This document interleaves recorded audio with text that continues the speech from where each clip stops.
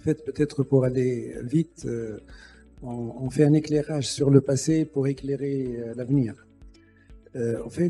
L'Union européenne, la position de l'Union européenne sur les règles d'origine a été ressentie comme une injustice, comme quelque chose d'incompréhensible et comme quelque chose de très discriminatoire envers la Tunisie et le Maroc.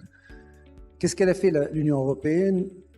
À partir de 2005, elle a accordé à un ensemble de pays asiatiques un accès à son marché sans quota et sans restriction sur l'origine des matières premières. C'est-à-dire que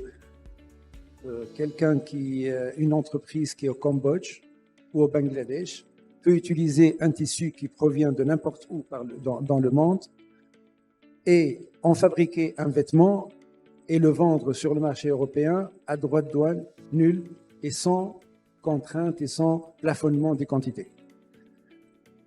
Deuxième décision qui a été faite par l'Union européenne, c'est de signer un accord douanier, un accord d'union douanière avec la Turquie, en lui accordant également exactement les mêmes avantages. C'est-à-dire que la Turquie peut utiliser n'importe quelle matière première provenant de n'importe quel pays, même asiatique, et accéder à l'Union européenne, au marché européen, sans paiement de droits de douane.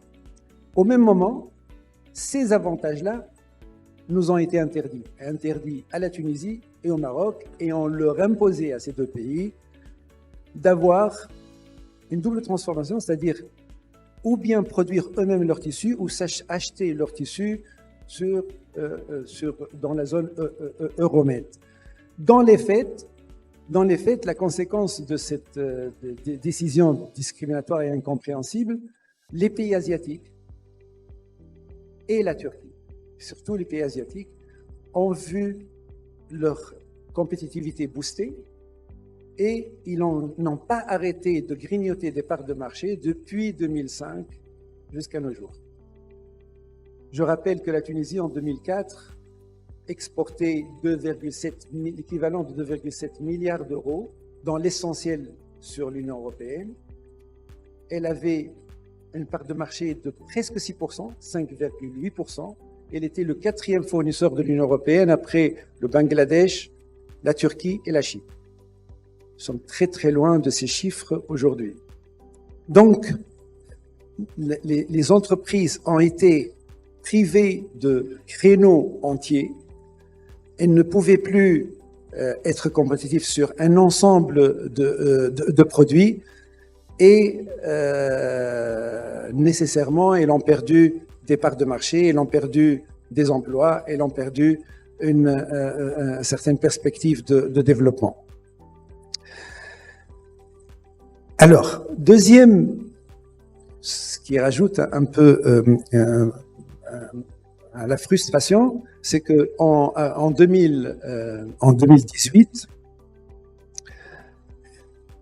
l'Union européenne signe de nouveau avec un ensemble de pays de l'Afrique orientale et australe exactement les mêmes avantages. Elle accorde à ces pays-là les mêmes avantages qu'elle a accordés aux pays d'Asie et à la Turquie.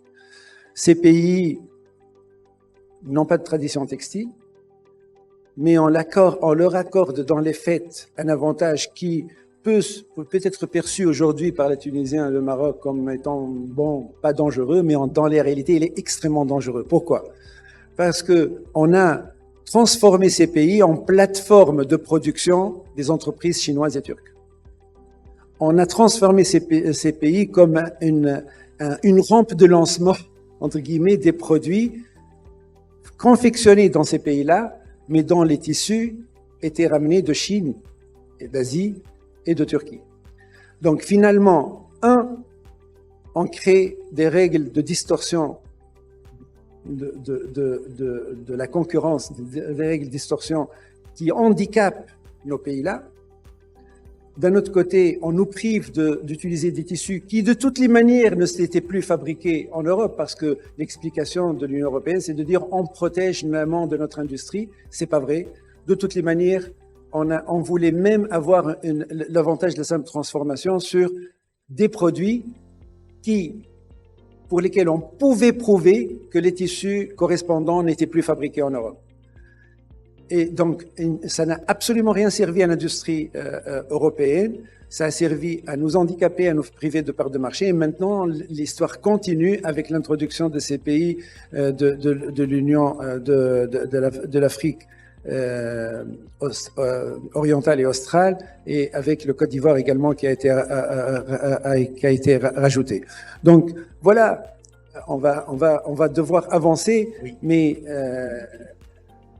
aujourd'hui, il y a d'autres alternatives qui ont été ouvertes parce que l'histoire de la simple transformation qu'on a toujours sollicitée, c'est une histoire close. A priori, c'est une fin de non-recevoir que nous avons essuyée depuis très longtemps. On est sur des questions autres, maintenant c'est une question de quota, peut-être on va rebondir là-dessus.